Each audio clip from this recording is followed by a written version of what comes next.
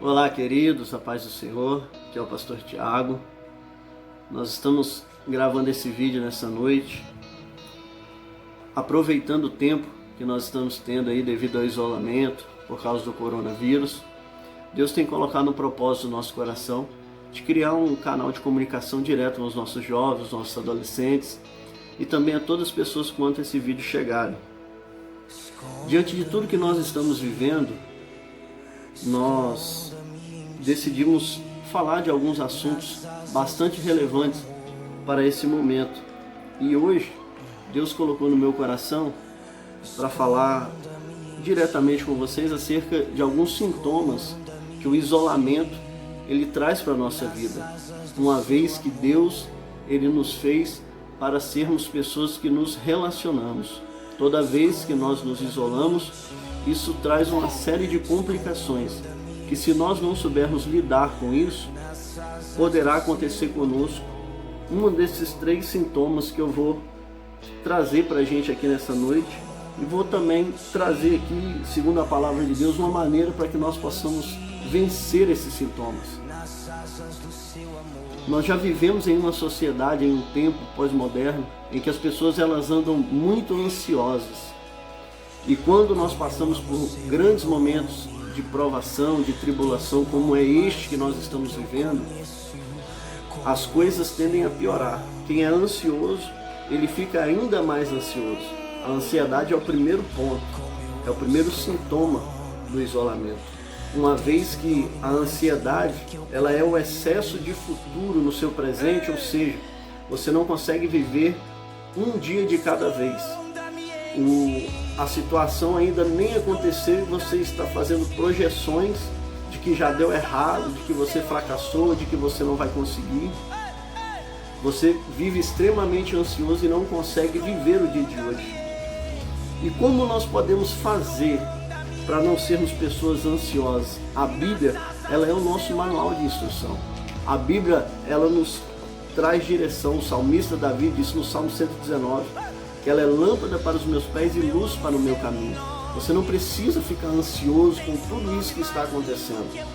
É muito fácil a gente falar, mas como que eu posso fazer então para vencer isso aí? É simples. Jesus, quando cumpriu o seu ministério terreno, andou no meio dos homens, ele pregou uma mensagem conhecida como o Sermão do Monte, ou Sermão da Montanha. E no capítulo 6 do Evangelho segundo escreveu Mateus, ele nos deixou aqui de maneira bastante clara, bastante objetiva, que é o que eu quero ser nesta noite. Como nós podemos vencer a ansiedade? O ansioso é aquela pessoa que ele não consegue se apegar, muitas das vezes, naquilo que Jesus disse. Mas olha o que Jesus diz pra gente. Capítulo 6, versículo 34 de Mateus. Portanto, não vos inquietais com o dia de amanhã, pois o amanhã trará os seus cuidados. Basta a cada dia o seu mal. Se você quer vencer a ansiedade, se você quer não ser mais essa pessoa ansiosa, essa pessoa que vive o dia de amanhã, não o de hoje, Jesus ele dá uma receita que é muito simples. Vivam hoje, vivam agora. Você não precisa temer pelo dia de amanhã, porque se tem uma coisa que eu afirmo para você, e a palavra de Deus também nos afirma, é que Deus ele já está cuidando do nosso amanhã. A Bíblia nos relata no livro do profeta Jeremias, no capítulo 29, que o povo ele foi levado cativo para a Babilônia.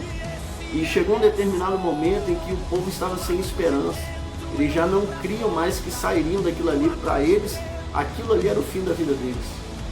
O ansioso ele vive assim. A situação nem aconteceu, ele já está achando que é o final da história dele. Mas olha o que a palavra de Deus diz nessa noite. Jeremias 29, 11. Eu é que sei os planos que tenho a respeito de vós, planos de paz e não de guerra, para vos dar um futuro a qual vocês desejais. Então, ansioso, você que está me assistindo e tem vivido esses dias com mais ansiedade ou vivendo esses dias muito ansiosos pelo dia de amanhã, Jesus está te dizendo nessa noite, viva cada dia, basta cada dia o seu mal. Jesus, ele está cuidando do dia de amanhã. Jesus, ele já está cuidando de tudo amanhã para você e para mim. Não seja ansioso. Para mim finalizar esse ponto, tem um texto que a gente conhece de cor salteado, eu aposto que você já ouviu e já falou esse texto, que está em 1 Pedro, onde Pedro diz: lançando sobre ele toda a vossa ansiedade, porque ele tem cuidado de vós. É o Senhor quem tem cuidado de mim, é o Senhor quem tem cuidado de você. E se tem uma coisa que o nosso Jesus é especialista em cuidar de nós. Deus, ele tem um plano para você. Esse tempo não é o fim. Esse não é o fim. Não é o fim da nossa trajetória. Não é o fim que Deus planejou para nós. Não seja ansioso. Lança sobre ele nessa noite a sua ansiedade, porque é ele que tem cuidado da minha e da sua vida. O segundo ponto que eu quero falar é a respeito do tempo ocioso. Uma vez que somos pessoas ansiosas, nós não conseguimos viver o dia de hoje. A gente traz tanto o nosso futuro para o dia de hoje, que o dia de hoje passa e a gente não consegue fazer nada. Quantas pessoas que vivem ansiosas, tão preocupadas com o dia de amanhã, que elas esquecem de que hoje tem uma oportunidade maravilhosa de fazer diferente, de ser diferente. Jesus está te chamando para nesse dia, Jesus está te chamando para nesse dia ser diferente. Jesus está te chamando para nesse dia não gastar o seu tempo de maneira ociosa, porque a ociosidade, ser alguém ocioso, nos leva a pecar, a sair do centro da vontade de Deus. Lembra de Davi, lá em 2 Samuel, quando a Bíblia diz que era tempo dos reis saírem à guerra, porém Davi disse para que Joabe, o chefe do seu exército, fosse com todo o povo para a batalha, porque ele ia ficar em casa. Não era tempo de ficar em casa, não era tempo de ficar ocioso. E o que aconteceu com essa atitude de Davi? Por causa dessa atitude de Davi, ele cometeu um pecado. Foi para o seu terraço, tinha nada para fazer, né? E ali ele foi no seu terraço, começou a avistar ali Betseba e acabou pecando, acabou transgredindo a lei do Senhor. Porque quem vive demais ocioso, minha avó dizia um ditado que mente vazia é a oficina do campo. E o apóstolo Paulo diz que nós devemos pensar nas coisas que são do alto. Nós precisamos gastar o nosso tempo ocioso. Esse tempo que você está tendo hoje é um tempo precioso. Não gaste esse tempo de maneira ociosa. Não gaste esse tempo de maneira que não vai edificar a sua fé, com coisas que não vão trazer crescimento para a sua vida. Gaste esse tempo de uma maneira que agrade o Senhor. Aproveita para ler a Bíblia. Aproveita para ter comunhão com o Senhor. Porque uma coisa leva a outra. Em Provérbios está escrito que um precipício leva a outro. Em Provérbios está escrito que um precipício leva a outro precipício. Quando você é uma pessoa ansiosa, você não consegue viver o dia de hoje, você acaba se tornando ocioso no dia de hoje. E a ansiedade, ou ser ocioso, ela pode te levar ao terceiro ponto, que é um esfriamento espiritual.